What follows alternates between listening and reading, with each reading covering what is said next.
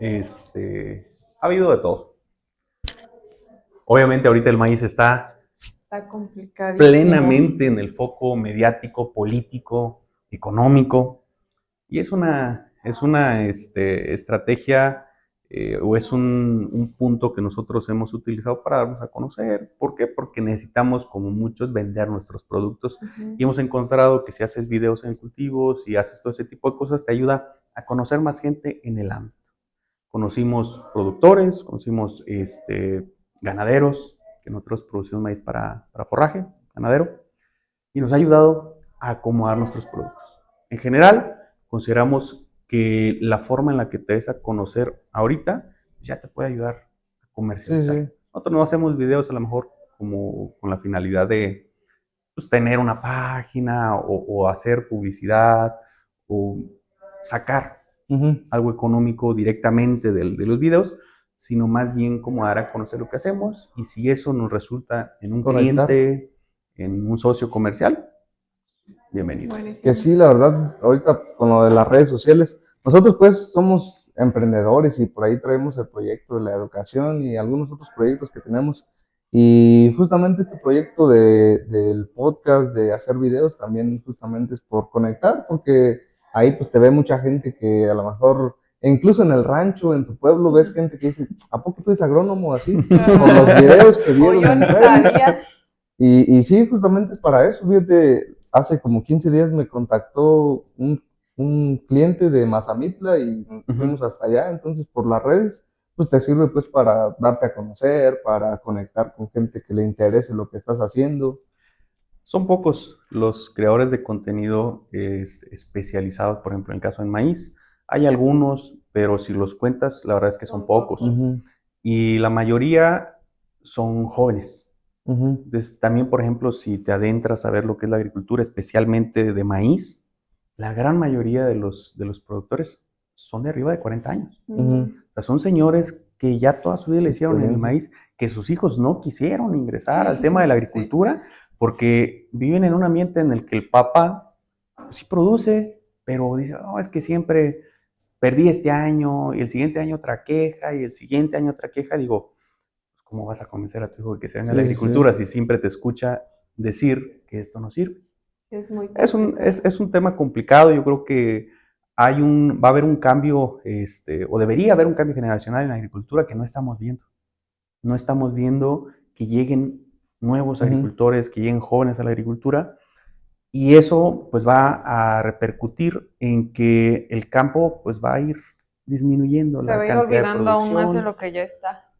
Veremos cómo son los siguientes años, veremos cómo va el volumen de producción en el caso del maíz, específicamente, que es donde nosotros trabajamos, pero yo pensaría que la tendencia, si sigue así el tema de producción, va a ir a la baja en México.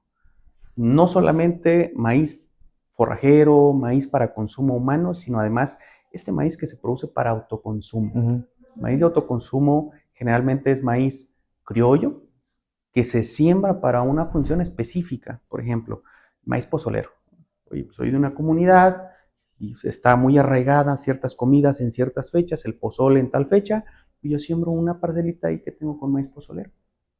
Pero si yo como adulto, si mi hijo se fue a la ciudad, se puso a estudiar, ya abandonó esto, ya es arquitecto, ingeniero y eso, pues ya obviamente no va a tener un arraigo ya con esas prácticas. Y obviamente el grano se va a perder. Ya no va a haber quien lo siembre. Y si acaso lo siembran es para negocio. Y obviamente tú no vas a sembrar un maíz, por ejemplo, pozolero, para negocio. ¿Por qué? Porque el volumen de producción de los maíces criollos, inclusive, es muy bajo. pues ahí están los volúmenes de producción. Están hablando el gobierno federal de 2 a 3 toneladas por hectárea, el promedio, con una producción que te cuesta por una hectárea, vamos a suponerlo, no sé, 40,000 pesos, 30,000 pesos, ponen barato, 30,000 pesos. Pues dices, ellos lo pagan. Tienen por ahorita un programa que acaban de lanzar para Tlaxcala, creo que es Tlaxcala, Puebla y el Estado de México, para productores pequeños que les van a comprar el maíz criollo a 8,000 pesos la tonelada. Pero oye, si te costó, vamos a ponerlo barato, 30,000 pesos producir una hectárea y te dieron 3. pues las 24. cuentas no dan. No salen. No dan, o sea, las cuentas no dan, le vas a estar perdiendo. Pero aparte, pues esa persona no siembra para comercializar. Sí, O sea, sí. esa persona lo siembra para autoconsumo. Tengo muchos conocidos y amigos ya grandes que luego me gusta platicar mucho con señores ya con una amplia historia en el cultivo de maíz y en otros cultivos, y todos es lo mismo. O sea, pues yo lo siembro para mí, o tengo una matita de ganado y siembro para el ganado, es de uno, generalmente es híbrido, siembro para el maíz de consumo en la casa, tal grano, tal criollo, y siembro a lo mejor pozolero un puñito. Entonces, para el caso de ellos, pues no lo van a vender. No, O sea, consumo. el programa está dirigido a un área que a lo mejor pues, no es tan relevante. Entonces, si vamos, por ejemplo, a maíz pozolero, pues me parece que el precio anda comercializado, el precio de maíz pozolero es más caro. O sea, el maíz pozolero, el productor lo puede vender más de 8,000 pesos la tonelada para comercializarlo como maíz pozolero. Entonces, no le veo mucho beneficio. Habrá a lo mejor algunos que sí, pero en general, pues los programas no están dirigidos para todo el productor, son para sectores específicos, por ejemplo, el Estado de México, Tlaxcala, Puebla, y tienes que producir, o sea, el máximo que te van a comprar es tanto, están limitados, no es ilimitado. Entonces, pues obviamente eso incentiva que sigas produciendo criollos, pero no va a ser negocio. No, pues no. Bueno. No es costeable. Chicos, creo que tienen un... Ah, ya me lo estoy volando. De hecho, volando justamente lo que decías, que tiene que ser más natural, o sea, cualquier contenido tiene que ser natural. Sí. Y es lo que empezamos a implementar también aquí, así de rápido te comento. Empezamos a implementar que antes de presentar y antes de platicar todo eso, pues que nos expresemos un poquito más natural y no como con la estructura pues que te mandaron. Sí, Sino, por ahí la... y esto, más pues o no menos. te preocupes, o sea, es parte también de eso. De lo que vamos a estar hablando. Exactamente. Sí. Pues fíjate que generalmente las conversaciones pues fluyen más en otro sentido cuando le damos una estructura de podcast. A veces pues ya tenemos un libreto Sí. y a veces cuando estás platicando, pues la plática se va a otras Sí, zonas sí. más interesantes. Sí. Que, ay, ¿sabes qué? Eso está más... De hecho, nosotros es raro como cuando sí seguimos la línea, ¿no? Sí, hay veces que Casi ni- siempre nos salimos de lo que pensábamos. Es nomás como una idea también para, Ajá. pues en caso de que nos perdamos, pues ahora sí Que volver se a... nos ver vaya hacia la dónde. idea. Pero Hacia sí, dónde. igual si nos profundizamos en algún otro tema, no te preocupes, No no hay importa. Adelante. problema. Pues si quieren, Sí. vamos dándole. Bienvenido a Agroemprendedor, donde la tierra se conecta con las ideas y los cultivos con los negocios. Bueno, para iniciar, pues aquí les presentamos a Uber. Yo tuve este interés de invitarte, Uber, porque Muchísimas te me haces gracias. una persona súper proactiva. Gracias, Aquí gracias. Gerardo tal vez aún no lo sepa, pero como ya escuchaste, pues Uber, aparte de producir maíz, trabaja aquí en la ciencia, pero no se limita a eso. Ahí donde lo ves, Gracias. es parte del Consejo Técnico de aquí de la Ujú. Universidad Michoacana. Ha participado en estos eventos de divulgación de la ciencia que también son muy importantes y ha sido pionero en esa parte. Muy pocos de aquí del instituto tienen ese interés de formar parte ya de la organización, de llevar a Ajá. cabo todo este evento, y se me hizo muy interesante que hoy estuvieras Gracias. aquí con nosotros, Uber, porque pues tu área de trabajo es muy amplia. No eres de las personas que te limitas a nada más estar en la ciencia o a nada más estar en el campo, o incluso pues a tener esta relación con los jóvenes en cuanto al aprendizaje, a dar clases, a toda esta otra área que pues yo creo te hace una persona pues muy completa, ¿no? Entonces, pues ahí quería dejarlo como recalcado porque pues no cualquiera. Yo creo que ya del por sí solo estar en un doctorado es bastante cansado. En algunas ocasiones tenemos nuestros momentos de desequilibrio emocional y después lo retomamos. Entonces ya cuando tienes tantas actividades extra, pues sí es como de hacer notar ese mérito, ¿no? Yo les agradezco muchísimo, Gerardo, ¿verdad? Gerardo, te agradezco muchísimo, Blanca. La verdad es que yo provengo de una comunidad muy apartada y pues obviamente los quehaceres principales eran la agricultura para autoconsumo, la ganadería para sostener económicamente, poder costear, pues que compraras, por ejemplo, ropa y otras cosas. Pero la agricultura se dedicaba a producir para alimentarnos y para darle comer al ganado. Entonces, en ese ámbito, pues yo me desarrollé, le agarré amor a la agricultura, porque obviamente me lo enseñaron mis padres, pero siempre me inculcaron el tema de tienes que estudiar. Hay que estudiar, hay que superarse, porque mira, pues tu fulanito, tu tío, tu primo estudiaron y pues, les ha ido bien. En la agricultura pues no hay mucha futuro y creo que eso viene ya, siempre nos dicen eso, lo hemos escuchado muchísimo. Estudia. La verdad es que estudiar te abre el panorama, pero tampoco es como que te vaya a dar, ¿no?, todo el futuro. La verdad es que tienes que seguirle trabajando muchísimo. Yo soy de formación de licenciatura, soy químico farmacobiólogo. Tengo una maestría aquí en el Instituto de Investigaciones Químico-Biológicas en biología experimental.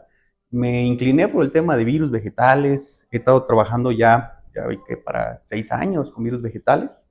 Y el doctorado, pues en la misma línea. Generalmente es muy común, ¿no?, que si haces una maestría en una línea, continúes la línea en el doctorado. Sin embargo, durante el proceso de doctorado, comenzamos a trabajar con unos amigos, formamos pues una empresa que se dedica al cultivo de maíz. Inicialmente fue una tarde platicando con un amigo, nos dijo, oye, pues tengo unas parcelas ahí, no las utilizo, están abandonadas, a lo mejor ya hasta me invaden. Yo los veo que son muy proactivos, ¿qué quieren hacer? No, pues si nos das chance nosotros, sembrar algo. Nosotros ya habíamos trabajado con papaya, erramos algunas veces en temas de cultivo de papaya, no le perdimos, la verdad es que salimos tablas. Pero decidimos, bueno, pues a lo mejor en papaya no es lo nuestro, no le sabemos tanto, pero pues entre nosotros platicamos, ¿y a qué le sabes? Digo, pues yo de maíz es lo que más sé. Y nos pusimos en ese momento a investigar, a revisar, pues qué se siembra, qué variedades se siembran. Nos dimos cuenta de muchísimas cosas. Comenzamos a trabajar la tierra, y de hace ya 3, 4 años a la fecha, pues hemos trabajado maíz. Nosotros trabajamos híbridos, no hemos trabajado criollos, porque nuestro giro es forrajero. Entonces, pues, obviamente depende mucho del volumen que produzcamos. Necesitamos margen de ganancia. Esta es una empresa, ¿no? Definitivamente la gran mayoría de los productores en México siembran para sostener a la familia, y se sostiene a la familia si tienes ganancias. Entonces, ese es a lo que me dedico. Yo les agradezco nuevamente la invitación para poder acompañarnos aquí en este episodio. Y pues adelante, vamos a comenzar. Entonces, ahora sí que con las dudas, con las preguntas que me quieran hacer, yo estoy para responder lo que pueda. Pues antes que nada, nuevamente gracias por aceptar la invitación. Yo no te conozco, mucho gusto por haber aceptado. Estaba mirando, Blanca me comentó, y de hecho por eso estructuramos pues el podcast ahí, hablar un poco sobre tu investigación que estás haciendo justamente en la papaya, ¿no? Sí. En el virus de la Meleira. Meleira, de la papaya. De la Meleira. Ok, Meleira. ¿Y qué es exactamente el virus? ¿Y por qué representa una amenaza? Creo que me dijo Blanca que era un virus muy agresivo. Muy agresivo. Fíjate que es bien interesante. Generalmente, cuando hablamos de una enfermedad viral, hablamos puntualmente de un virus, ¿no? Tal virus provoca tal cosa. Sin embargo, en la naturaleza las interacciones son un poco más complejas que eso. En el caso de esta enfermedad, esa enfermedad nace, se reporta por primera vez en Brasil en la década de los 80, ya hace bastante años. Estamos hablando ya de, ¿qué te gusta? 40 años. 40. 35, 40 años. Y entonces se reporta en Brasil, 87, 89, se reporta por primera vez en México en el 2012. Y a esa fecha decían, bueno, el virus Meleira de la papaya es el causante de la enfermedad. Generalmente los virus los nombran como se nombra la enfermedad, y la enfermedad se nombra en función del síntoma y del fruto. Meleira significa pegajoso, pero como se descubrió en Brasil, pues en Brasil pegajoso es Meleira. Entonces en español podríamos decir que la enfermedad se nombra enfermedad pegajosa de la papaya.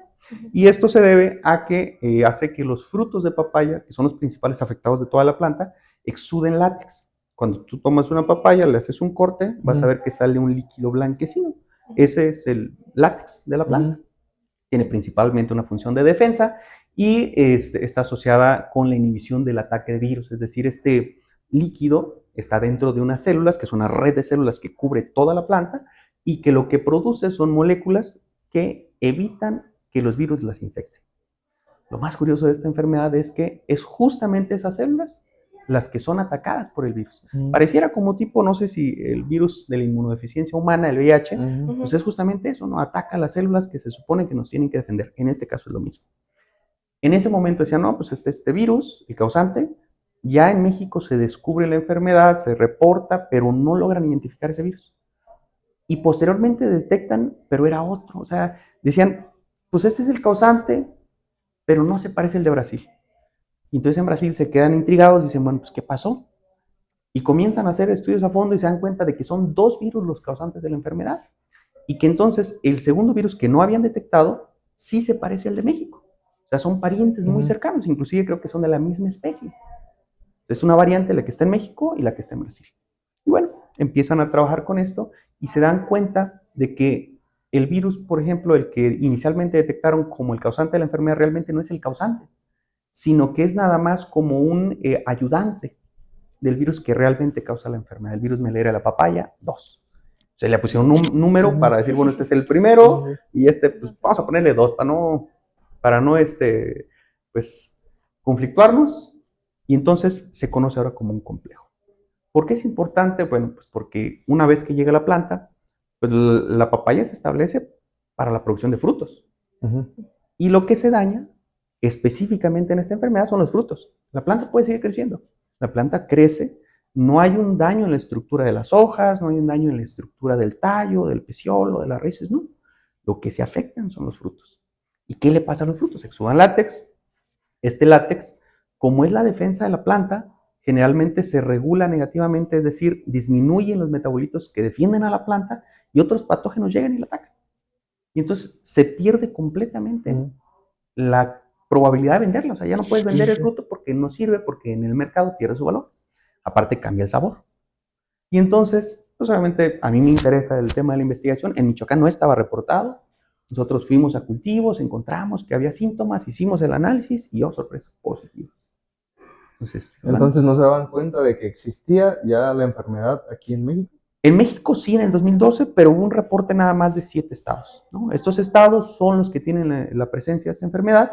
Michoacán no estaba reportado, tampoco estaba reportado Colima, se reportó Jalisco de la región, que son los principales productores, nada más estaba Jalisco, pero no es de los mayores productores. Los mayores productores son Colima y Michoacán, aquí en la región. Los mayores productores a nivel nacional son Oaxaca, Chiapas, Veracruz, y entonces en este caso, ellos ya estaban reportados como una zona en la que había meleira. Nosotros hicimos un análisis, oye, tengo, justamente porque digo que teníamos huertas de papaya, y dijimos, oye, en la zona hay esta problemática. Yo ya estaba en la maestría y dije, bueno, pues esto yo ya lo he visto en la literatura. Pues vamos a hacer un análisis, ¿no? A ver qué es lo que lo está afectando, y efectivamente pues nos da que es meleira. Y entonces yo inicialmente estaba trabajando sobre una tesis en la que buscábamos controlar insectos con hongos entomopatógenos. Y dijimos, ¿sabes qué? Vamos a agarrar los hongos entomopatógenos y vamos a analizar el virus. En México no se sabía, en ese momento ya se estaba investigando quién transmitía el virus. En Michoacán, pues en México se sabe que es una chicharrita. Las chicharritas, ¿no has visto las chicharras esas grandes que hacen ruido, las cigarras que les dicen? Pues hay unas micro chicharritas que son muy pequeñas, 3 milímetros, 4 milímetros. Y en Yucatán se reporta que una especie, en Poascapapaye, es el vector de esta enfermedad. Pero en Yucatán, en Michoacán no se logra identificar esa especie. Y nosotros decíamos, bueno, pues en Michoacán está el virus, pero no sabemos quién lo transmite. Porque la especie que transmite el virus no está presente. Entonces, pues hay falta de información. Nos hemos dedicado a investigar eso. Paralelamente, yo me dedico a la agricultura, como ya les comentaba, y entonces me he ido por ese lado, ¿no? De utilizar la ciencia para buscar dar respuesta a problemáticas tanto en el tema de papaya como en el tema de maíz, que es ahora donde me desenvuelvo, en el tema de agricultura. Y, o sea, dices que tu carrera es químico-biológico. Químico farmacobiólogo. Farmacobiólogo. Ok. Y tu interés por ser agricultor, por ser productor, es desde niño que vienes de familia. Eso es, ¿Y por qué no estudiaste agronomía? Sí, ese es interesante porque fíjate que yo estoy en la prepa, una prepa de la Universidad Michoacana. ¿Eres de aquí, de Morelia? No, soy de Turicato. Soy originario del municipio de Turicato, Michoacán. Está acá para la zona donde se encuentra, es Tierra Caliente, donde se encuentra Tacámbaro, Churumuco, toda esa zona. Y entonces, pues era una comunidad en la que había pues, temas de agricultura. A mí me llamó la atención siempre la agricultura, pero cuando estaba en la prepa, pues nos pusieron así de la lista de carreras a las que puedas asistir. Entonces a mí me gustaba el tema de las ciencias, biología en general. Entonces yo veo la lista y había una que tiene un nombre enorme. Facultad de Químico Farmacobiología. Digo, no, eso se va a escuchar padrísimo. Pues vamos a estudiar eso. La verdad es que muchos de los chicos que están en prepa no tienen la idea de qué van a agarrar. Y entonces, un poquito abono eso, que uno de mis profesores que más me gustaba cómo explicaba en el laboratorio, porque era un profesor de laboratorio, era químico farmacobiólogo. Dije, no, pues de aquí soy. Imagínate cuando sea químico farmacobiólogo. No, yo decía, esto se va a escuchar padrísimo. Y la verdad es que por eso tomé la facultad. Pero, ¿estabas en la prepa ya o En estabas Uruapan. En Uruapan. En Uruapan estudié la Fíjate, ahí prepa. te hubieras quedado luego. En la Epler, justamente. Yo estudié en la Epler, orgullosamente soy epleriano. Pero la verdad es que también nos pasa mucho, no sé, yo creo que en la prepa es de que ya me quiero ir de aquí del pueblo donde estoy, de la ciudad en la que estoy, porque aquí están mis papás, y entonces ya me quiero sentir independiente y me voy a otro lado. Y llegas a otro lado y le sufres y dices, ¿para qué venía? Pero bueno, esa es otra historia, yo creo que a muchos nos pasa, pero que también nos ayuda a crecer muchísimo. Pero sí te gustó también lo de farma, o sea, sí. Ah, por supuesto. Sí, también te gusta. Sí. Aunque ya no esté como tan, bueno, sí está relacionado, pero no. ¿Farma? Que en la parte del laboratorio, pues, pero igual de técnicas y eso, pero ya como que lo desarrolles como farma. No lo desarrollé. Yo me fui, la Facultad de Químico Farmacobiología tiene un tronco común de 4 años y el último año, el quinto año, te dan una especialidad, una orientación terminal. Y esa orientación terminal que yo tomé fue en farmacia, que involucra todo lo que tiene que ver con formulación, desarrollo, patentes, todo referente a medicamentos. ¿Y de ahí te empezó a llamar la atención la agricultura? De ahí me llamó la atención hacer una maestría. Yo quería hacer una maestría. La verdad es que, mira, muchas de las veces yo creo que yo te pudiera decir, sabes que sí, la verdad es que amaba la agricultura y todo eso, y sí me gusta la agricultura, pero la verdad es que en el momento de decidir sobre qué iba a hacer después, yo dije, bueno, yo tengo ganas de hacer un posgrado. Quiero seguir en investigación. ¿Por qué? Pues porque en primera instancia para mí era un reto. Yo terminé la facultad, me puse el reto de terminar con cierto promedio justamente para hacer una maestría, por querer hacerla. La verdad es que no tenía claro, hice una solicitud en química, de hecho aquí mismo en el instituto. Por ahí la verdad es que no quedé. Entonces yo de ahí me muevo y bueno, ¿sabes qué? Pues voy a volver a intentar una segunda vez. Y en ese momento me doy cuenta que hay otra maestría, la maestría en biología experimental. Conozco a uno de los asesores, el coordinador en su momento, el doctor Josué Altamirano, y digo, platiqué con él y digo, oye, pues la verdad es que me llama la atención, pero ¿qué es lo que dan ahí? Y cuando comienzo a ver cuáles eran las líneas de investigación, digo, ¿sabes qué? Pues es que sí me gusta más esto. Y abandoné el curso de la maestría en ciencias químicas y me fui por el lado de biología experimental. Quedo en esa maestría y comienzo a trabajar inmediatamente. Entonces, para mí fue un acierto. Sin embargo, pues en un inicio no lo tenía como tan claro. Yo sabía que quería hacer una maestría, pero no sabía en qué área. Y cuando ya me presentan los temas y todo lo que hacían ellos, wow, es esto lo que quiero. Pasa.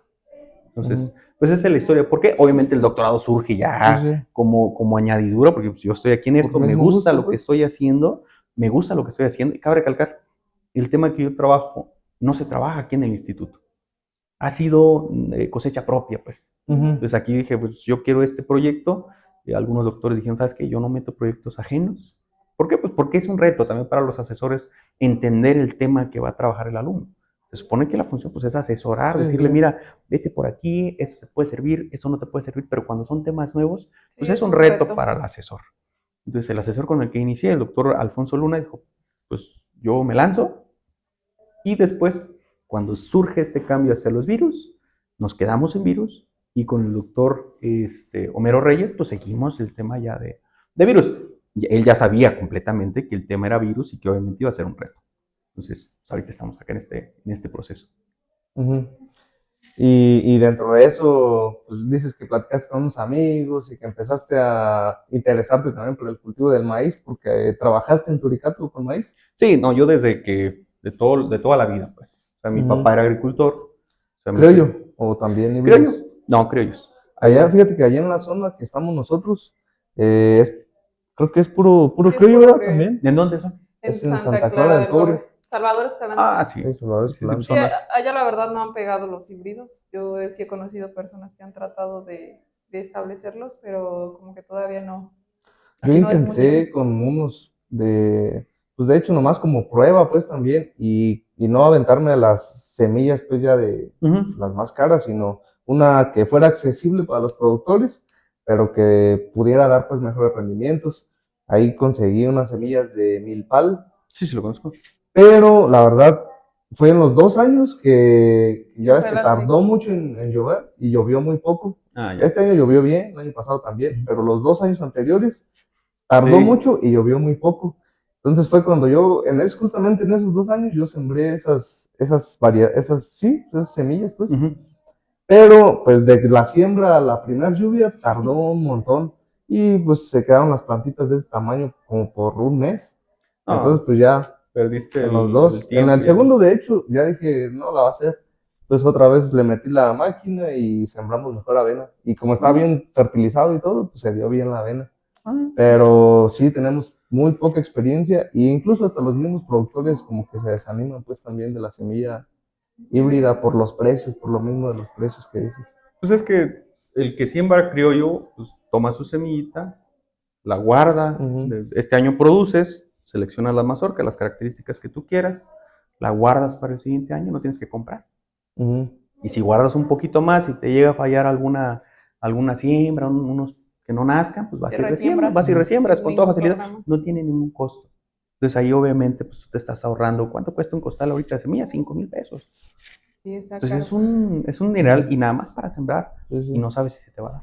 ¿Y ustedes dónde tienen establecido el cultivo de maíz? Ay, Actualmente ¿Te repetimos?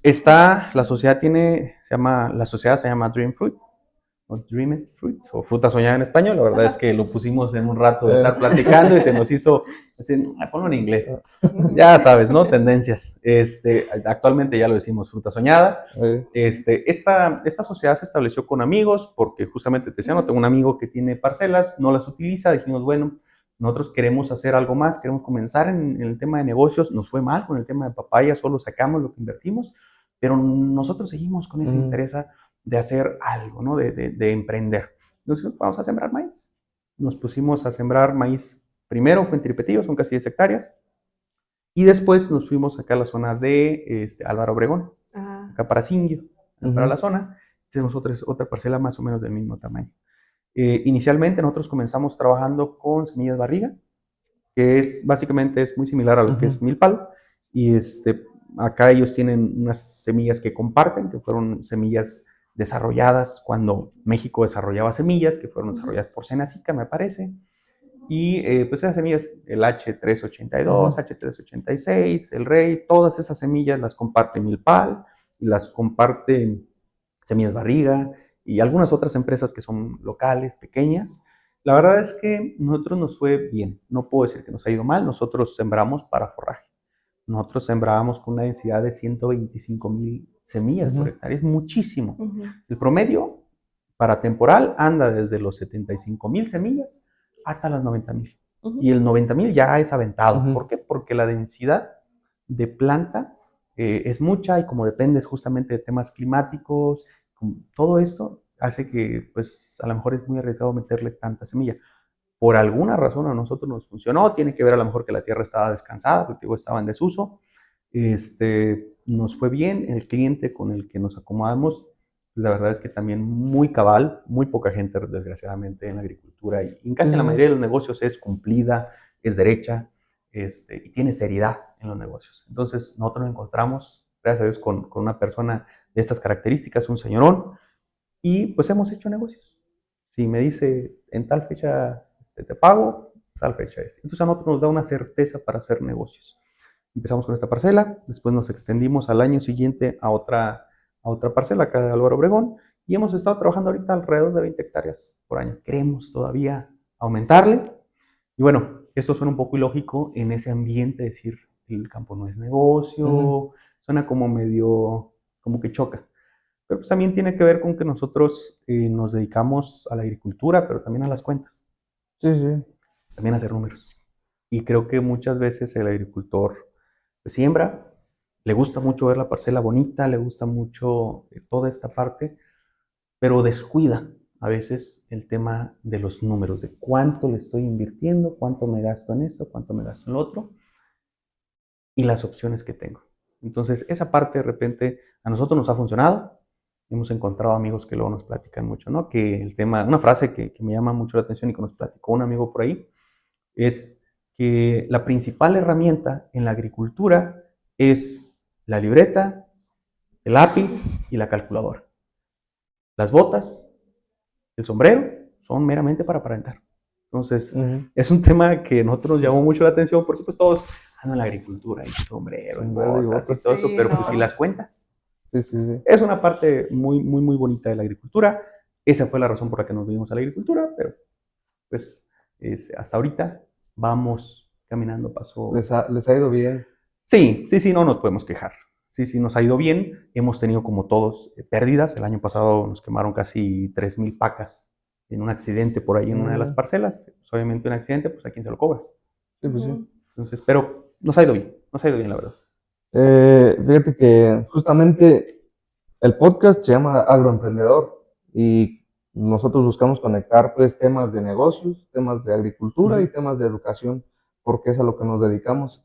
Entonces siempre hemos hablado que en los negocios pues es una parte importante los números. Lo que Sí. dices, conocer tus gastos fijos, gastos variables y tus ingresos.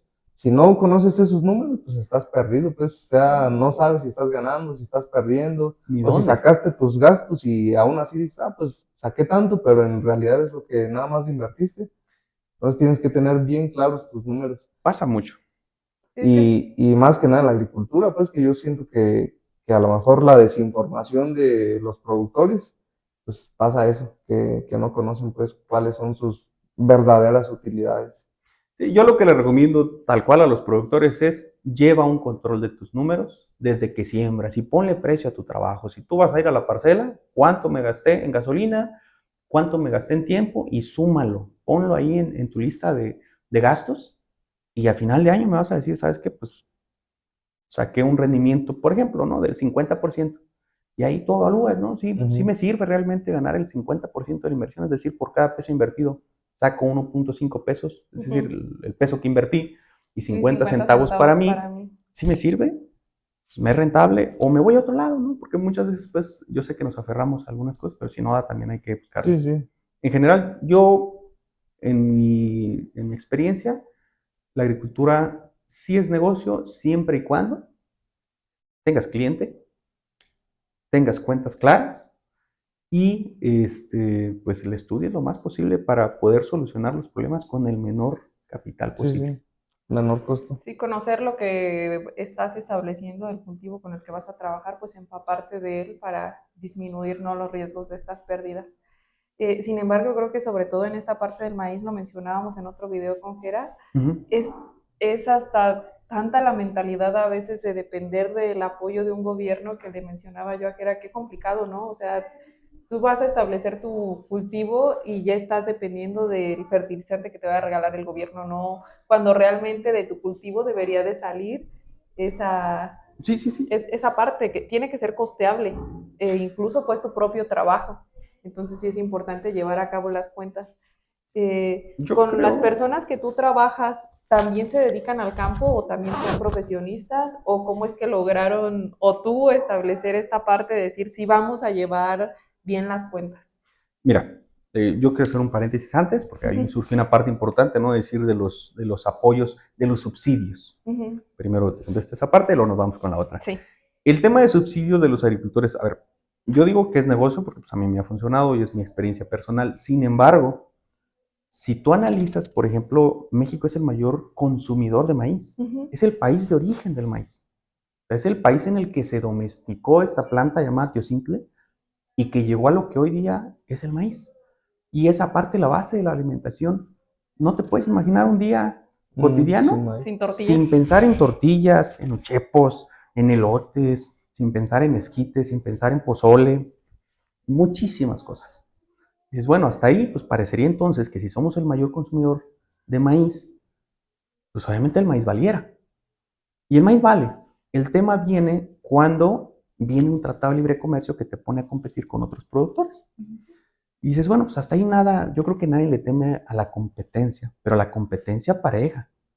Y entonces cuando comenzamos nosotros a ver en qué situación siembran, por ejemplo, nuestros principales competidores como agricultores son los agricultores de Estados Unidos. Y en Estados Unidos, aunque es un país capitalista, es el país del capitalismo, pues todo está subsidiado, ¿no? Entonces, tú como productor dices, ¿sabes qué? Le dices al gobierno, yo voy a sembrar maíz, y el productor te dice, ¿sabes qué? Pues está bien, tú produce, mira, te voy a pagar el 62% de lo que cuesta el seguro de tu cultivo. Por si tienes pérdidas, Ujú. si hay un desastre, a ti te van a regresar el dinero por el que fue asegurado el cultivo, 62%. Yo creo que aquí en la región ningún productor está asegurado, ¿eh? Ujú. O sea, si perdió, perdió. Y no hay quien le regrese un solo centavo. Y para el siguiente año, para poder sembrar, pues está solo. Entonces, ese es nada más el tema de seguros. Vamos al tema de herramientas. Oye, que tienes Maquinaria. créditos bajísimos, ¿no? Que sabes que quieres comprar un tractor, 1%, 2% el rédito, ¿no? Los intereses. Ujú. O sea, aquí vete a cualquier banco, porque son los que tiene el productor aquí en México. O sea, el productor en México dice, yo quiero obtener un crédito para comprar un tractor, y lo primero es, pues, ¿dónde lo pido? Pues vete a Bancomer o vete a cualquier banco. Y la tasa es, pues ya la conocemos, son Ujú. altitas. En comparación, jamás vamos a poder estar en mismas circunstancias. La otra, las empresas semilleras, la gran mayoría de las empresas son ¿de dónde? Estados Unidos. Ujú. Entonces, obviamente hay muchísima más facilidad de trabajar con ellos. Están allá, tienen apoyos. El gobierno de Estados Unidos abre rutas comerciales para sus productores, es decir, el gobierno trabaja en conjunto con los productores y les dice, mira, ¿cuánto vas a producir este año? Y el productor dice, no, pues yo calculo tantas toneladas. Ah, y hacen su inventario y te dicen, ¿sabes qué?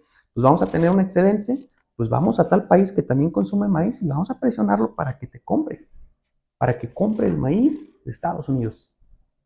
¿Cuándo has escuchado eso en México? No, pues No, no, no. nunca.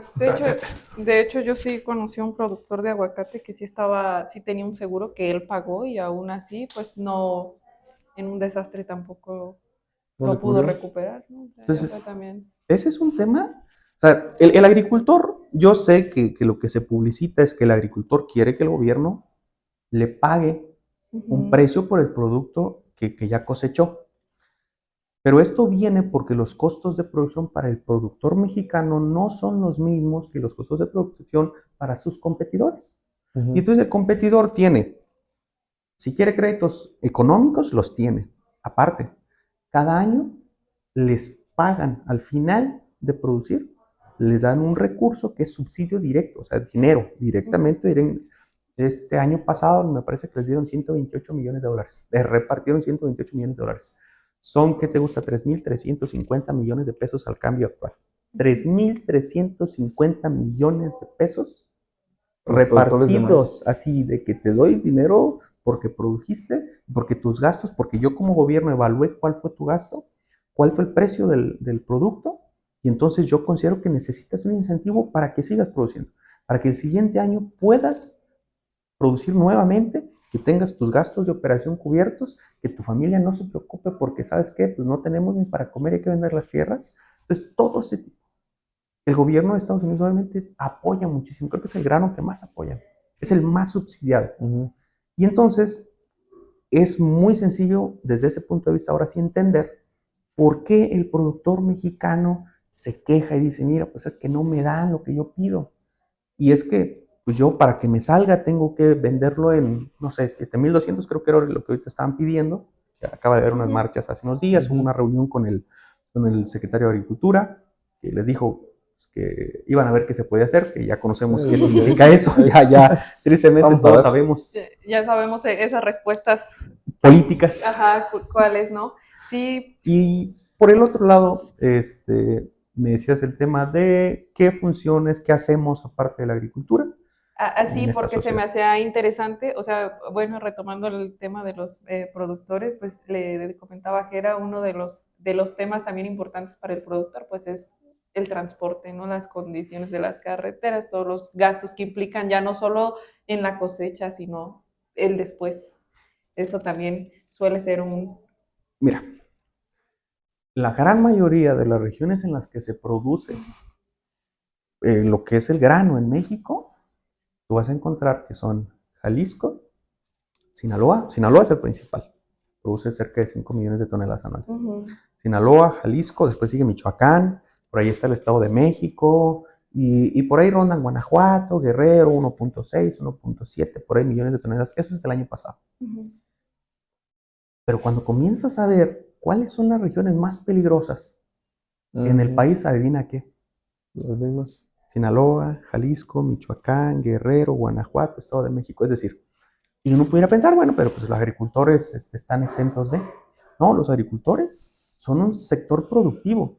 Y como en la situación actual, si esto les provoca un problema, pues lo cortan, pero en general en el sistema productivo pues se encuentran en las mismas zonas que hay una alta peligrosidad. Pues muchas veces el productor no solamente tiene los gastos normales, Sí, sino que a veces tiene otros gastos. Todos los extras. Y esos otros gastos pues son riesgosos. O sea, si no pagas, Sí, entonces claro. hay muchas temáticas ahí. Sí, y en la otra parte te comentaba que se me hacía muy interesante cómo ustedes ya establecen toda esta parte de gastos en conjunto con las personas que trabajas, pero mi duda era si ya todas las personas eran profesionistas, si también empezaron a trabajar con agricultores o cómo fue que ya establecieron ustedes el nosotros íbamos a llevar nuestros gastos y lo vamos a hacer ya de manera ordenada. Porque todavía a veces como que los productores yo veo como que sí están un poco renuentes, o sea, sabes que lo tienes que hacer, pero al final del día, por algo, por lo que sea, pues ya no lo hacen. Mira, nosotros en la sociedad hemos sido muy pragmáticos, somos varios socios, de ellos hay quienes tienen, por ejemplo, arquitectos, abogados, ingenieros eléctricos, químico, en mi caso, maestro en ciencias, y a algunos se les da más el orden que a otros. Y si es muy sencillo, pues oye, si a él se le da el orden, pues déjale leer las cosas, revísalas. Y nosotros lo hacemos de revisores, pero hay uno que lleva el orden de gastos, y lleva una agenda, y lleva, ¿sabes qué? Este gasto, este gasto, este gasto. Entonces, es decir, todos tomamos ciertas posiciones. ¿Se complementan? Sí, no, claro, por supuesto, porque es hacer equipo. Y hacer equipo implica entonces que también reconoces que fulanito es buenísimo para el orden, pero es malísimo para andar haciendo trabajos en la parcela. Tú encárgate de los gastos, tú encárgate de esto y llévame las cuentas. Claro, a final de cada cierto tiempo, nosotros, por ejemplo, en nuestro caso, una vez que el maíz ya está seco, una vez que ya está por trillar, hacemos cuentas hasta ese punto, que es la parte de producción, ya después hacemos cuentas de cosecha y hacemos cuentas de todo, ¿no? De que si me gasté 100 pesos en el Oxxo porque llevé unas aguas, llevé unos refrescos, lo que sea, lo meto a la cuenta, porque eso es un gasto. Y oye, pues voy a la parcela y aunque pues es mi coche y es mi empresa, pero pues no solamente es mío, también es de los demás y gastó mínimo 200 pesos en gasolina por cada visita. Entonces, todo lo vamos anotando y tenemos una listita. Parcela fulanita tiene tal gasto.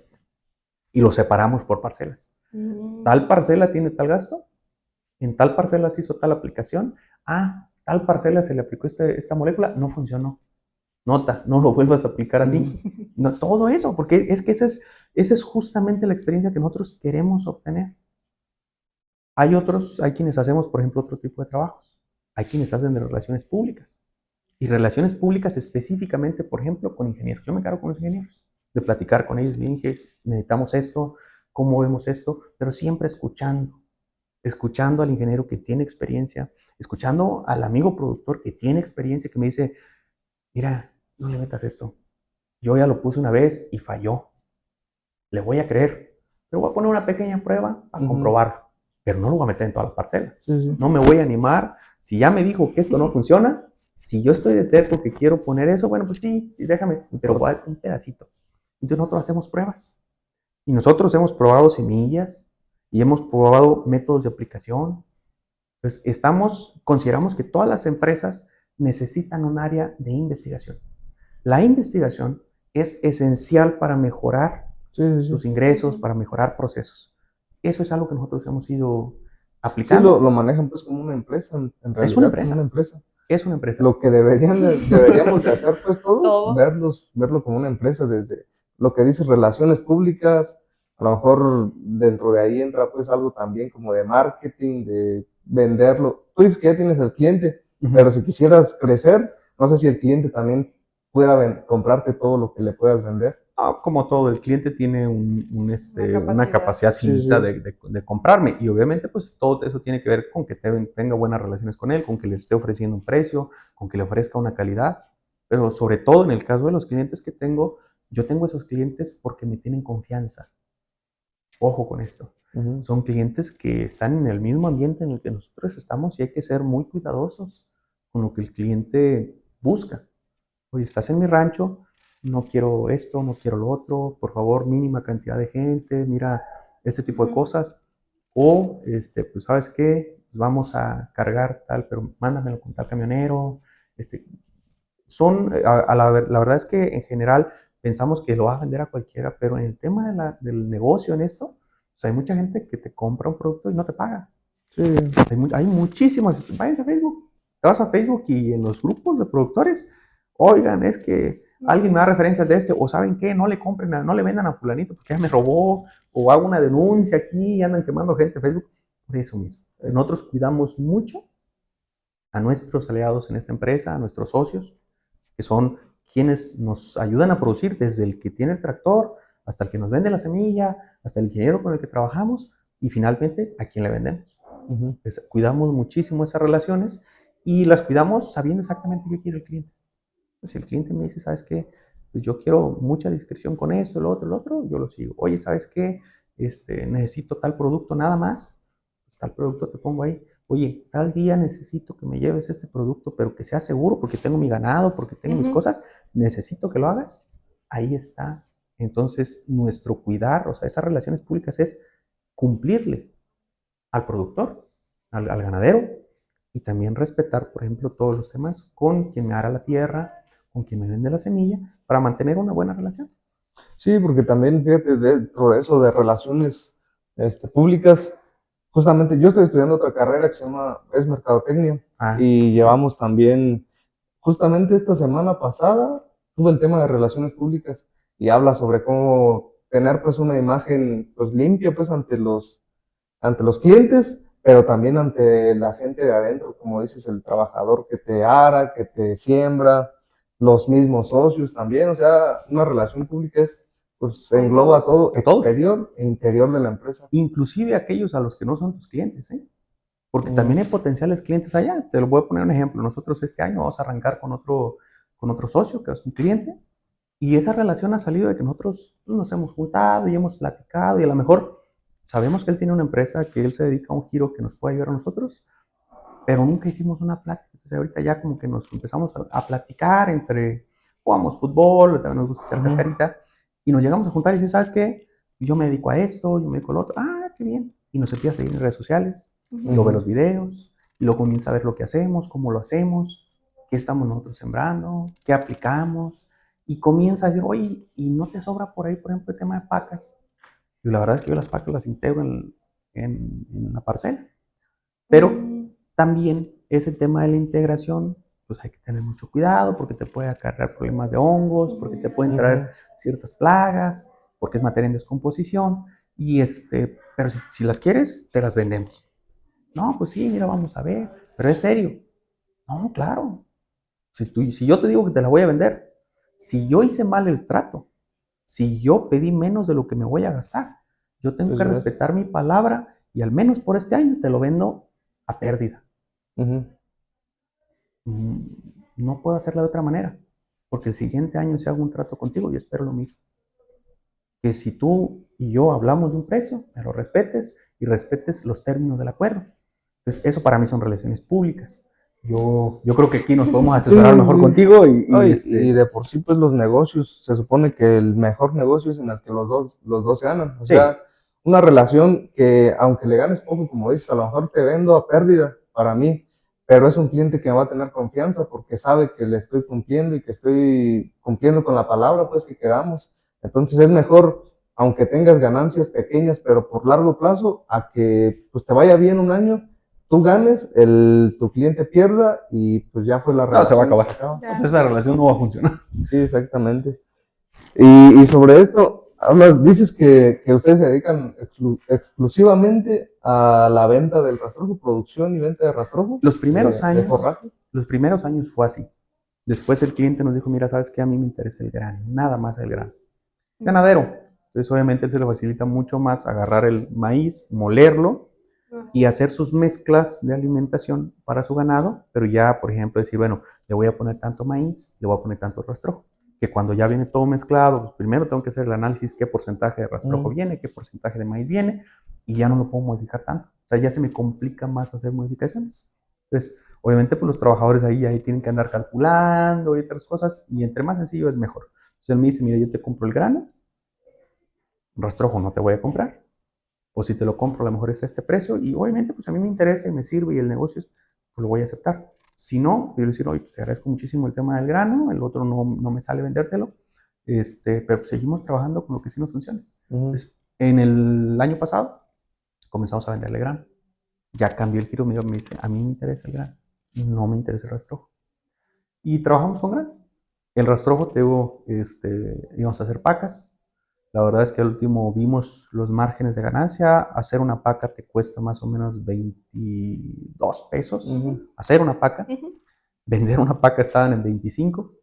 Pero te estoy hablando de hacerla, no de cargarla, no de pagar el transporte. Y entonces 2 pesos para cargar y para hacer transporte, más Pues lo no que me tiene que alcanzó. ver con estrés, contrata gente, mira, ¿sabes qué? Pásale el tractor, que lo integren al suelo y el siguiente año vemos. ¿No? Y también lo utilizas pues como materia orgánica, como, sí, abono orgánico. A lo que iba con esta pregunta es, por lo mismo de las movilizaciones que hubo la semana pasada, de los precios que estaban pidiendo pues un precio de garantía. 7,200. Ahora que tú comentaste que trabajan lo de los forrajes y que ahora tu cliente te dice, ¿sabes qué? Yo quiero el puro grano. Aún así, tú conoces bien tus números, ya estoy viendo que tienes bien tus números. Aún así, vendiendo el puro grano y conociendo tus números, ¿consideras que este año, que consideramos pues que los precios están muy bajos, aún así tuviste tus ¿Fue rentable? Mira, yo todavía no termino. utilidades positivas? La mayoría de los productores estamos ahorita todavía sin cosechar. Se cosecha generalmente si metiste de punteo, como dicen aquí. Si echaste agua, si tienes riego, vas a cosechar en la primera quincena de diciembre. Si no sigue lloviendo como ha estado lloviendo. Si baja la humedad, para la primera quincena de diciembre vamos a estar ya cosechando. Pero nosotros tenemos de riego, de punteo y tenemos de temporal. La de temporal en enero, febrero vamos a estar trillando. El año pasado, me regreso al año pasado, nosotros vimos que los precios rondaron acá en la zona en 5,400 la tonelada. 5,400 pesos la tonelada. Todo el que quisiera vender en los centros que son empresas privadas te lo pagan en eso. Nosotros nos pagaron un poquito más arriba, pero nosotros entregamos ya en el lugar, ¿no? Al cliente directamente lo descargamos y ahí nos pagaron un poquito más. Entonces, obviamente, pues por precios de traslado y todo, el precio realmente estaba un poquito más arriba, pero estos comercializadores acaparan, compran a menor precio porque tienen capacidad de almacenamiento. Ellos pueden almacenar y vender cuando suba más el precio, cuando haya menos grano. Entonces, quien no tiene para almacenar, se los vende a ellos. Aún con esos precios, hay ganancias. Pero sí tienes que tener muy claros tus gastos. Y yo he escuchado productores que tienen gastos de 60,000 pesos por hectárea. Esos productores no van a tener una ganancia. O sea, no es posible. Pero sí será real, o sea, ¿tú consideras que es real ese gasto de 60,000? Porque yo, por ejemplo, estaba viendo comentarios de las marcas Sí. en los cuales decían, no, pues yo tengo un gasto de tanta lana en aguacate, que es lo que nosotros nos dedicamos. Pero yo la verdad lo veía muy exagerado. Yo también, como tengo clientes y yo más o menos pues también tengo mis cálculos de cuánto le invierten por hectárea. Entonces se me hacía muy arriba por lo mismo que a lo mejor pues dicen, no, pues me gasto tanto de más o menos de esto, más o menos de esto otro. Pero en sí, así como un control exacto y preciso de cuánto gastan, pues no lo tienen. Entonces, la pregunta es si consideras que ese es un gasto Mira, real. yo creo que cada quien tiene sus propios gastos, te voy a decir por qué. Y no todos los años son iguales. nosotros lo hemos visto en la parcela. Un año tienes unas plagas. Hay años en los que yo no apliqué insecticida, o sea, que no hace aplicación y no tengo ese gasto. Cada aplicación, por las más o menos las 10 hectáreas, estamos hablando de 15,000, 20,000 pesos. Para las 10 hectáreas, que son 2,000 pesos por hectárea. Cuando haces la suma total, hay años, por ejemplo, que yo pueda tener gastos sin contar cosecha. Ojo, sin contar cosecha. La cosecha es un mineral. Sin contar cosecha, para producir, yo ando gastándome 30,000 pesos. Sin contar cosecha. Pero cuando metes la cosecha a los gastos, esto se te dispara. Y entonces ya a lo mejor hablamos de 40,000 pesos. O sea, ya todo el gasto. Yo 60,000 pesos lo escucho y siento que es mucho. O sea, 60,000 pesos para producir una hectárea es demasiado dinero. Desde mi experiencia. Obviamente, pues yo no conozco todos los gastos de los demás. Hay productores, por ejemplo, que yo utilizo más o menos 200 kilogramos de fertilizante por hectárea por fertilizada. Son 3 fertilizadas. Cuando siembras, que lo metes en las tolvas cuando vas sembrando, uno tira semilla, otro tira fertilizante. Y una a los 30 días de germinado, otro a los 60 días de germinado. Y con esto tienes 3 fertilizaciones, 600 kilogramos de fertilizante por hectárea. Cada año suben los fertilizantes, obviamente hay un costo que va incrementando, pero hay productores que siembran y le ponen 300 kilogramos en la primera, 400 en la segunda, y he escuchado de gente que le mete 600 kilogramos por fertilización, la de 30 y la de 60 días. Entonces, si le ponen 600 kilogramos por hectárea, pues se eleva muchísimo el costo. Ahora, hay quienes agarran y ponen semillas de tal cual y son precios elevados. Y que yo le pongo únicamente este herbicida porque este es el bueno, pero está carísimo. Y aparte de este le pongo este y este y este y este y este y este y este. Entonces se te va a elevar. ¿Cuál es el costo real de cada una de esas producciones? Pues probablemente sí lleguen algunos a 50,000, exagerándolo, a lo mejor 60,000 pesos. Porque además le ponen ellos, le suman los gastos, que si le hice el servicio al tractor, que el desgaste de las llantas, que el desgaste natural que va a tener el tractor, pues que es real, ¿no? A final de cuentas, en algún punto van a tener que reemplazar ese equipo. Entonces ellos le están sumando todo ese gasto. Yo estoy pagando a alguien que lo haga. Y ese alguien lo tiene como negocio. Entonces todo el tiempo está trabajando sus equipos, todo el tiempo le están generando ingresos y digamos que ese gasto se va disminuyendo porque lo estamos pagando entre todos los que utilizamos esas herramientas. Yo consideraría que sí, a lo mejor algunos pudieran llegar a los 50,000 pesos, pero más allá de eso, pues habría que ver. No, más allá de eso, habría que ver cuánto.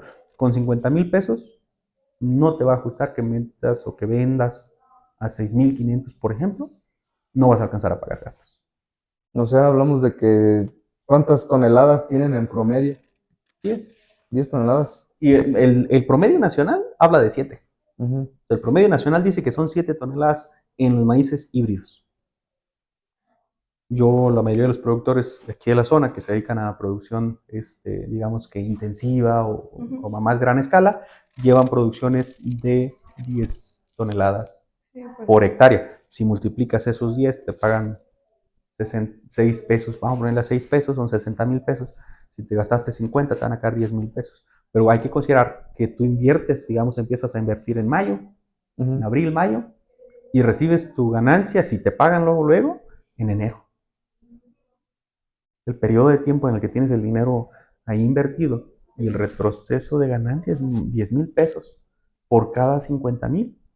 Imagínate, tienes que meter medio millón para sacarle 100,000 pesos y si no consideramos, porque ojo, ahí yo no estoy contando seguro, porque no metemos seguro, nosotros estamos con la bendición de Dios y a su guarda, entonces no metemos seguro. Si consideramos, por ejemplo, que nos dé una producción de 10 toneladas por hectárea, que como te digo, está por encima de lo que dice el gobierno que es la media nacional, entonces con números así bonitos y todo eso, anda en eso.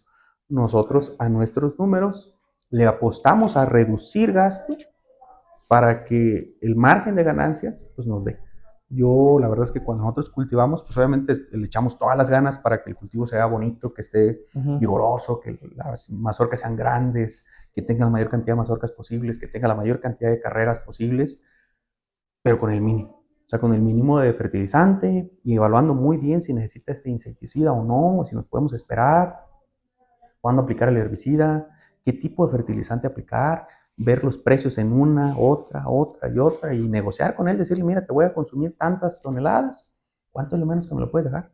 Relaciones públicas, Sí, sí. hacer relaciones públicas. Y con todo eso, nosotros disminuimos nuestros gastos y obviamente llevando las cuentas. Entonces, cuando disminuimos esos gastos, nuestro probable margen, nosotros podemos soportar precios más bajos por eso. Pero entiendo completamente a los productores que quieren pues, tener un producto de la mejor calidad y que le invierten. Y obviamente, pues que esa inversión pues también les hace que su margen de ganancia sea más pequeño. Pero no con esa inversión más alta también pueda que rompan ese límite de las 10 toneladas, que diga, ¿sabes qué? Pues 11 o 12 toneladas, Pues yo no lo he visto en la realidad. ¿no?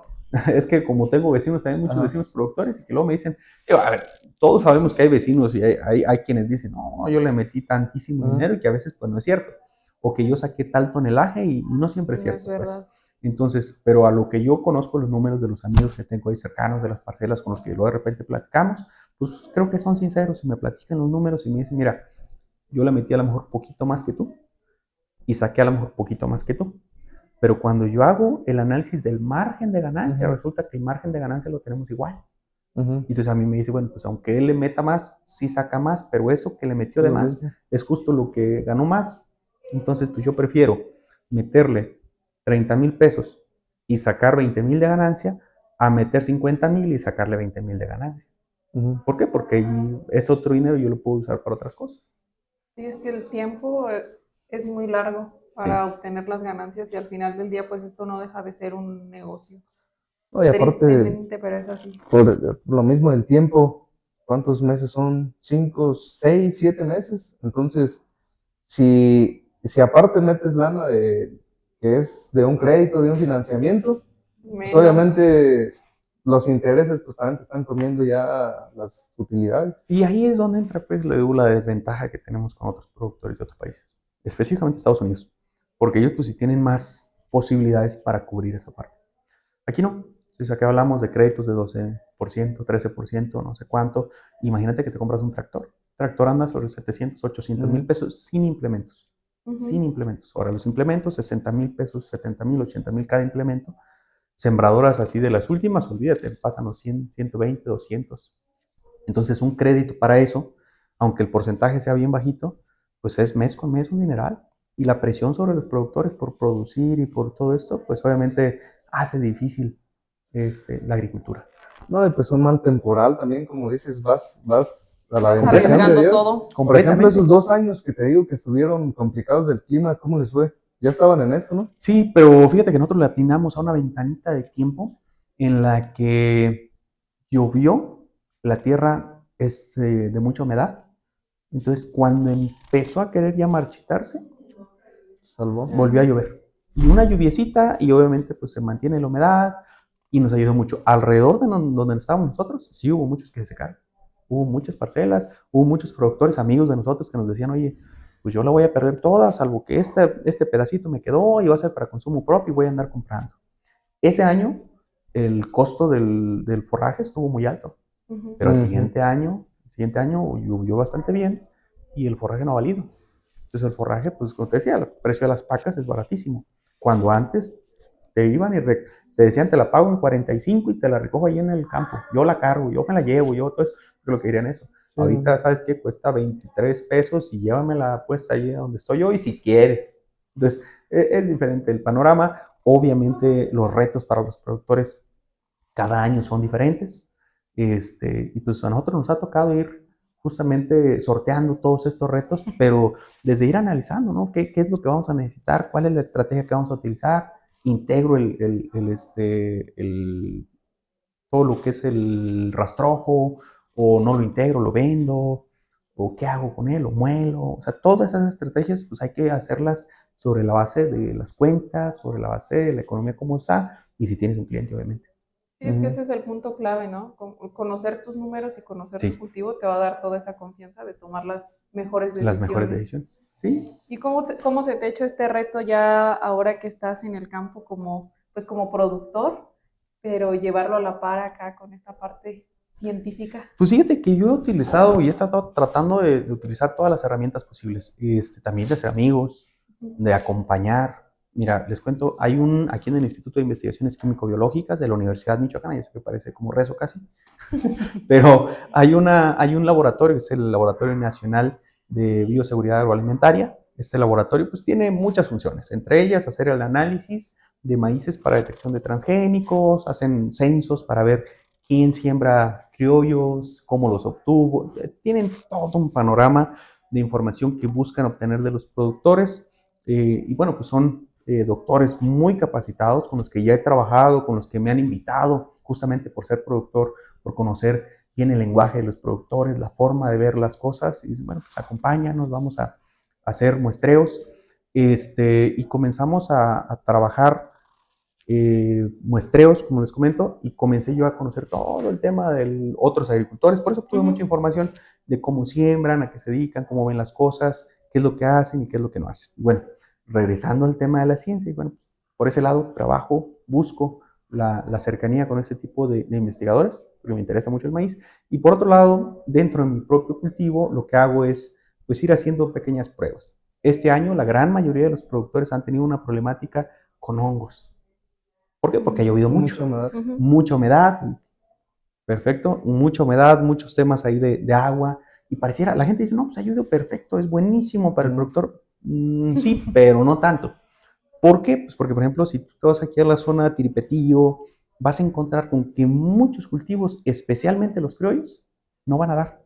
Y no van a dar porque están en el piso, ¿eh? De hecho, hacía unos videitos por ahí en TikTok de que les mostraba, ¿no? Lo triste que se ven algunos cultivos porque están todos en el piso y no va a haber producción.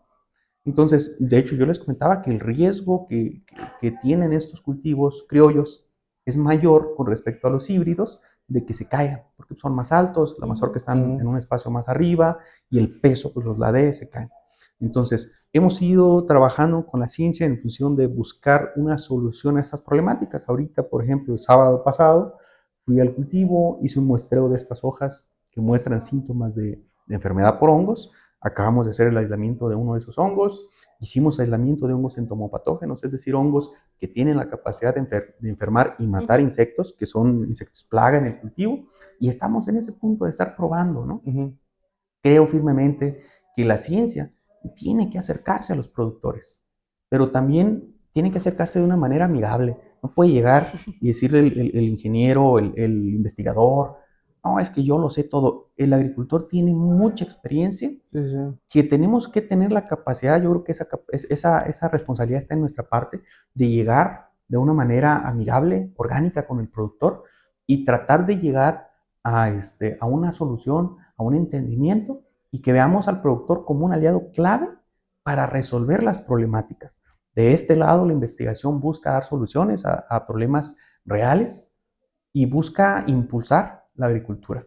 Pero pues también eso está en nuestras manos. No podemos acercarnos a los productores con un aire de superioridad, de imponer, porque pues nadie lo va a aceptar de esa manera. No, pues, Entonces, es una de las estrategias que hemos estado buscando, la alianza con productores, el ver las problemáticas que tenemos, desde mi punto de vista, pues tratar de hacer una pequeña investigación en mi cultivo y si esto ayuda a los agricultores locales, y yo decirles, mira, este hongo me funcionó para tratar esta problemática, pero yo ya lo probé, yo ya hice un análisis, ya probé que no sea tóxico para las plantas, ya probé que, por ejemplo, no crezca a 37 grados de manera que los vaya a enfermar, es decir, que no tenga la capacidad de crecer en nuestro cuerpo, que es nuestra temperatura corporal, todo eso. Pues entregarles un producto que ya yo sé que va a servir, que va a ser de ayuda en la agricultura. Y pues obviamente todo esto haciéndolo contacto. Si el productor no quiere a este tipo de acercamiento, pues es su derecho. Sí, creo que una de las ventajas que tienes es que ya trabajas en el campo. Sí. Entonces el Sí. productor también eso, pues son muy visuales, ven lo que tú haces, les llama la atención, se acercan y te preguntan, y si tú tienes la humildad de explicarles y de todo, pues creo que es como se va dando como toda esta sinergia, ¿no? De trabajar en conjunto o de poder desarrollar pues nuevas técnicas que nos puedan pues funcionar a todos. Estamos seguros nosotros en nuestra sociedad de que ese es el camino correcto y pues es lo que hemos estado tratando de hacer. Yo creo que eso es lo que le hace falta al campo, que nos acerquemos, que busquemos soluciones, pero de la mano de los productores, no desde un instinto patriarcal, decir yo les voy a dar la solución a todos sus problemas y sin considerarlos, porque en primera instancia pues el productor necesita sentirse apoyado, arropado, parte del equipo, parte importante de esos proyectos. Y no intimidado, pues, como dices, porque sí. llegues con aire de superioridad y que tú sabes más que él, porque, como dices, hay veces que aprende uno con cualquier productor y hay que estar abierto, pues, a eso también. Hay que tener la humildad de aceptar cuando algo no lo conoces y de aquel ingeniero, aquel investigador que tenga esa capacidad de aceptar para sí mismo, sabes que pues esto no lo conocía, déjame lo investigo, vamos a ver qué podemos hacer, qué tan cierto es esto o qué tan no cierto es esto. O sea, a lo mejor es una creencia popular que no tiene sustento, pues también irlo valorando. Y una vez que eso suceda, como ingeniero, como investigador, pues vas a tener un potencial enorme de adaptarte a las condiciones, de tener, incrementar tu conocimiento en campo, no solamente en la literatura, que hay muchísima, sino además pues de dar una solución real al productor y que el productor te la acepte. Esa es, yo creo que una de las problemáticas. ¿Cómo dices que se llama el laboratorio de...?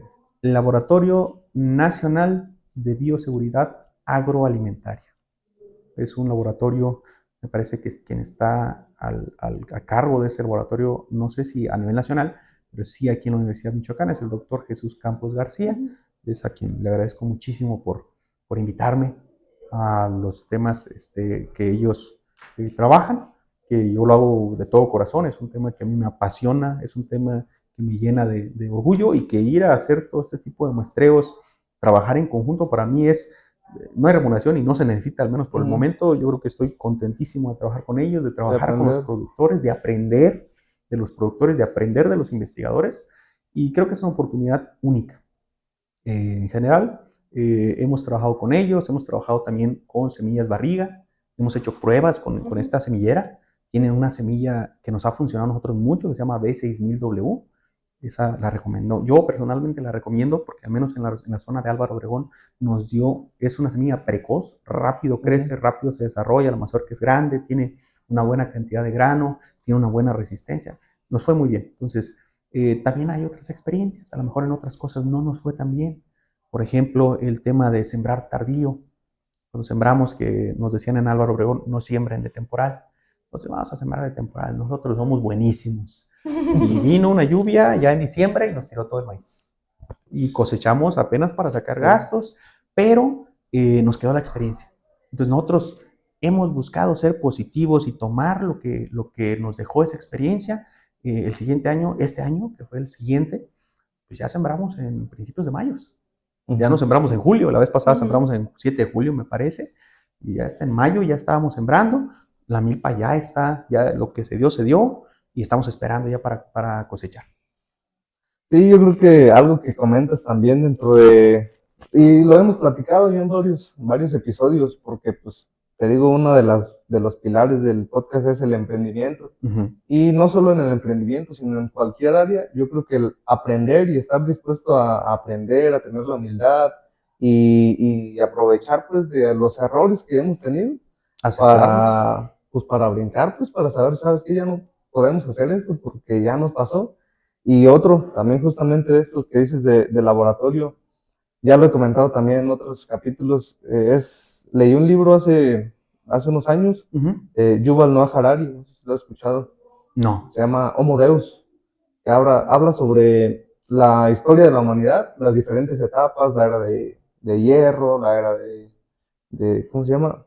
Bueno, la revolución industrial, la era de la información. Justamente ahorita estamos pues en la era de la información, y dice que la próxima ola, o la próxima incluso religión le llama, es la información. O sea, los datos, la información que tengas a futuro, pues obviamente al poder analizarla, tener la información de datos climáticos, de datos de producción, de datos de fertilizantes. Mientras más específico seas y mientras tengas toda la información almacenada, pues ahorita viene, por ejemplo, lo de la inteligencia artificial, que ya te analiza pues mucha información al mismo tiempo y te saca algunas conclusiones muy rápido, pues. Pues fíjate que yo pensaría, no he leído el libro, la verdad es que suena muy interesante.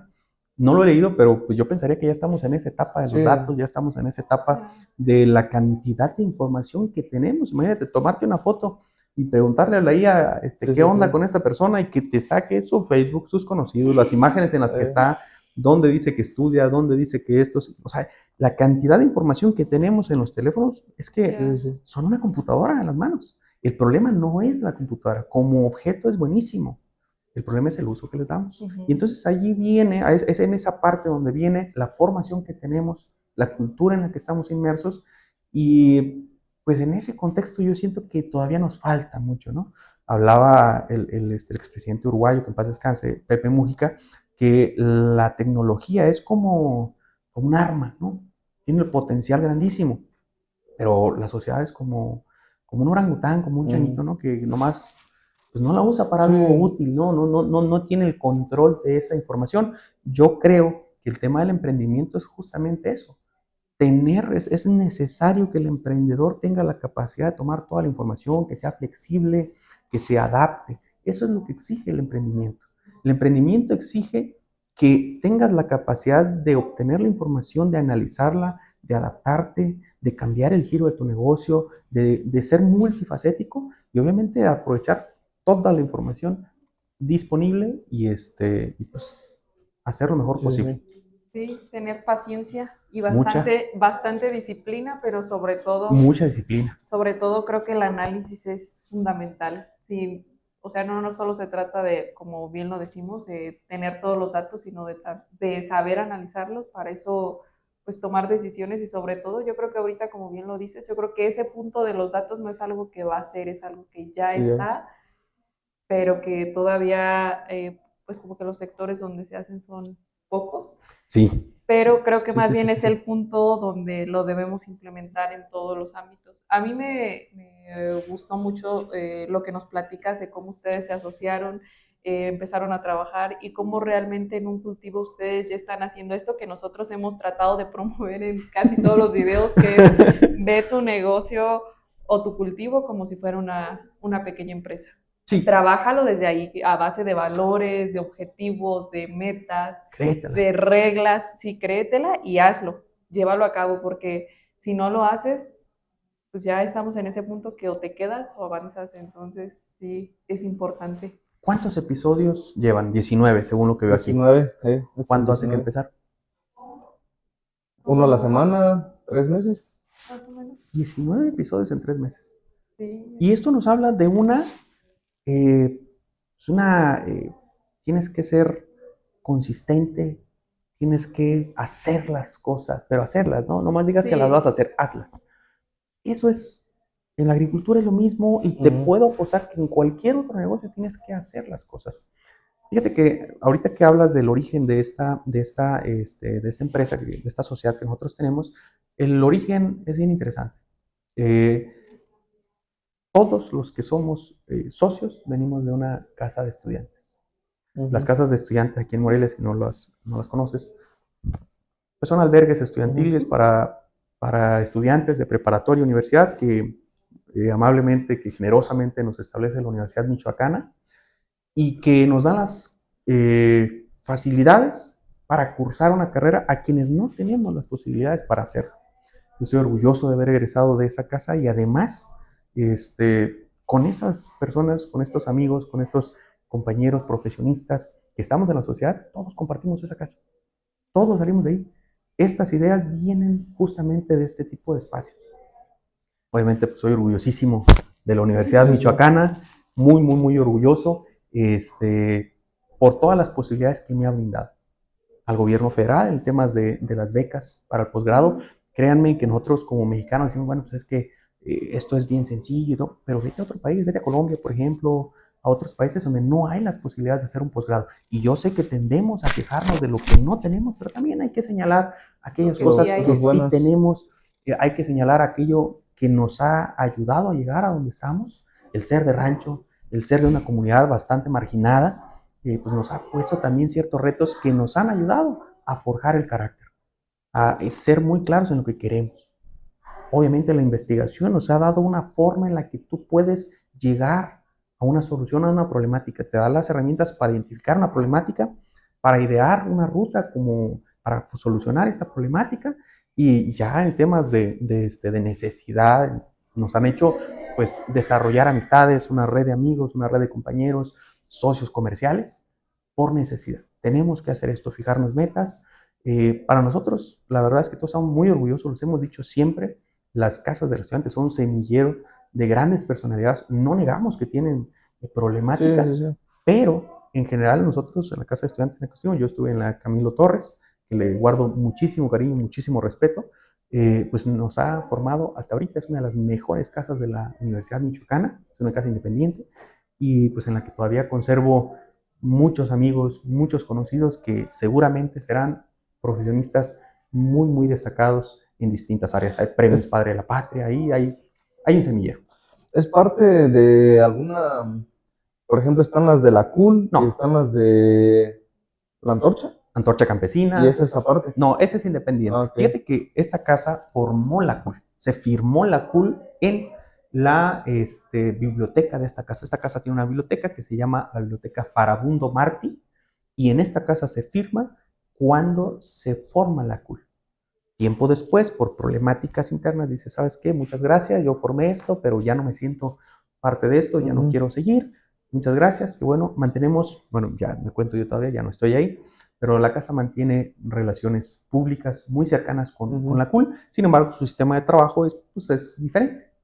Te lo digo porque yo también estuve 2 años en una casa de Europa, en Sí, la las Genaro conozco. Vázquez de la CUL, Sí, sí, ahí y cerca del centro. cerca del centro.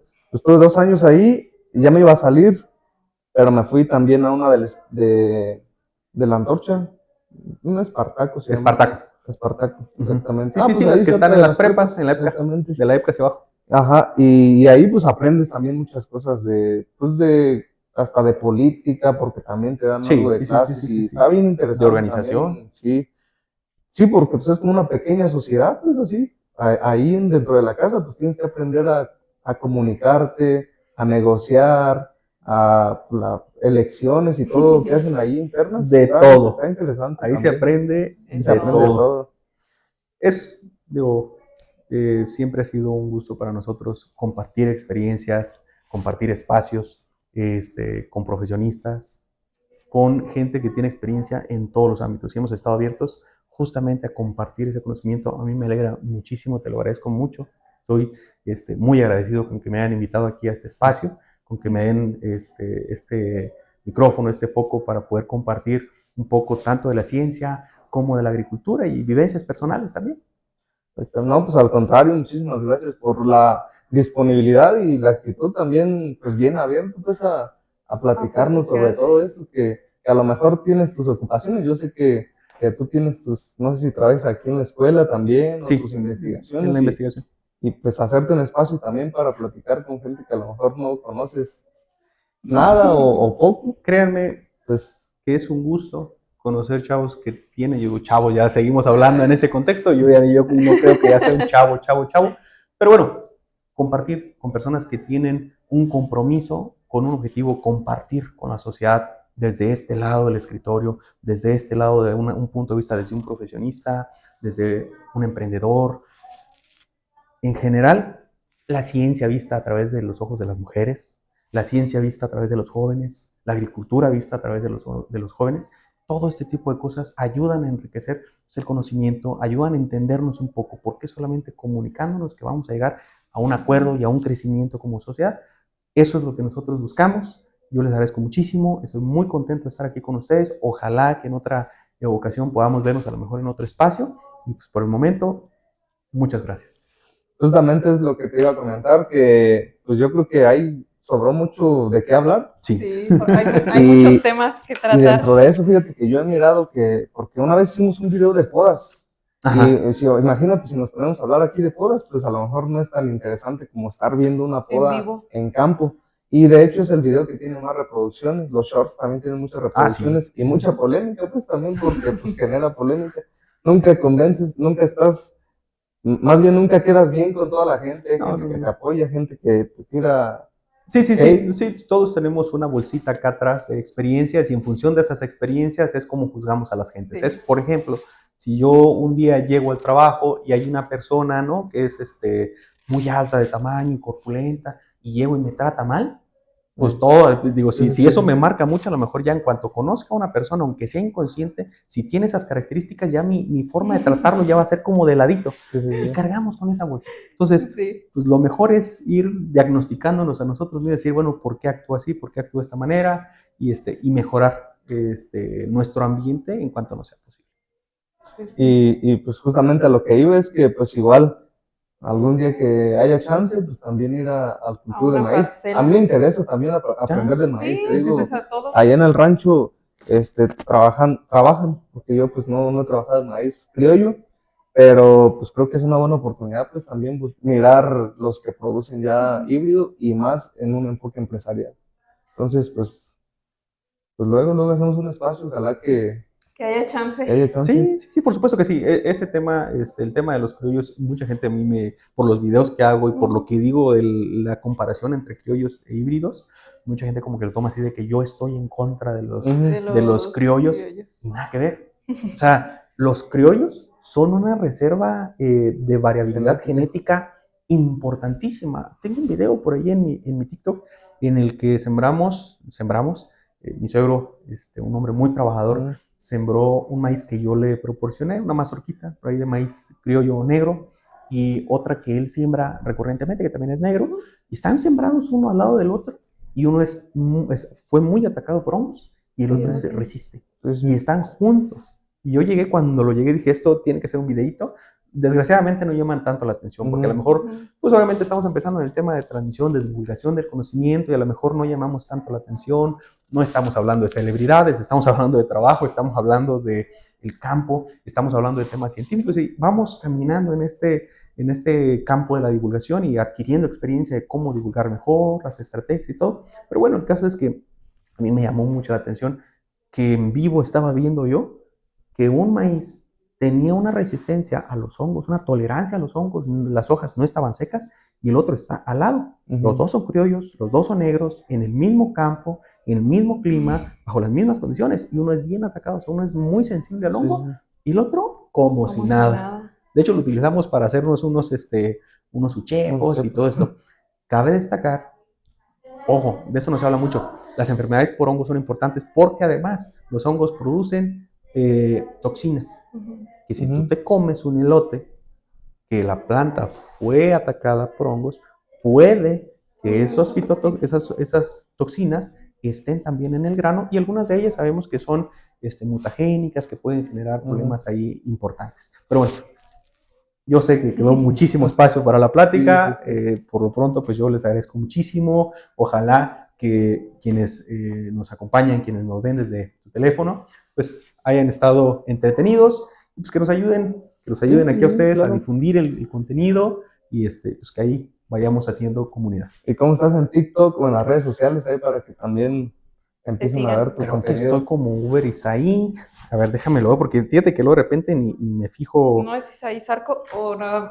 Sí, solo porque es el del luego me lo quitan. Fíjate que como mi nombre es Uber, como las aplicaciones, algunas aplicaciones no me dejan utilizarlo. Pero no, estoy como Uber Zarco. Uber Zarco. En TikTok. Zarco.